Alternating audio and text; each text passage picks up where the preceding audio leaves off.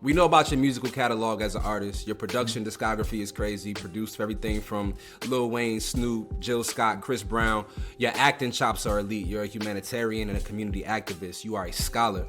Have you always been accepting of the fact that you were gifted in so many areas? And lastly, can you please speak to the importance of dying empty? Bro, wow, wonderful question. My therapist told me something that was so powerful. My therapist said, "You always talking about black people, black people. What about you?" I learned that I care more about other people than I care about myself, and I don't do myself well. And it wasn't until recently that I realized I'm a genius. I really am a genius. I do a lot at a very high level, and sometimes my ego leads me to wanting more applause for the level of what I do. But I realized the type of man that I am, even my people in some cases don't want to see a man like me be successful, because if I'm successful, then it raises the standard. You can't just rap. You got to be for the people. You can't just act. You have to invest in black culture, and everybody doesn't want that. I think that I'm one of those people in culture that, when I die, I may not be remembered for the things I want to be remembered for, but I will be remembered for those things that'll transcend time. Salute. Thank you. Thank you. Thank you. I'm a very strong person as an individual and as what people perceive to be a leader.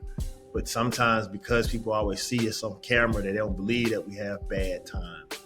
And so I literally took, these characters that I helped to create, and it permeated into my life.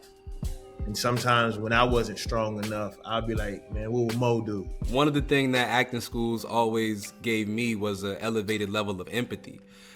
Because in every character, there's a backstory, right? There's a motivating factor underneath everybody's behavior, both good and abhorrent.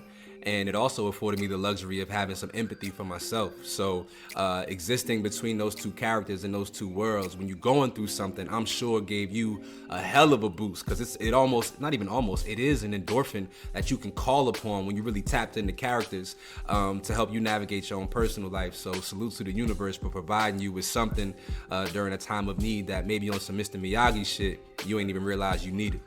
Especially when you're encapsulated in these characters for 8, 10, 12 hours a day.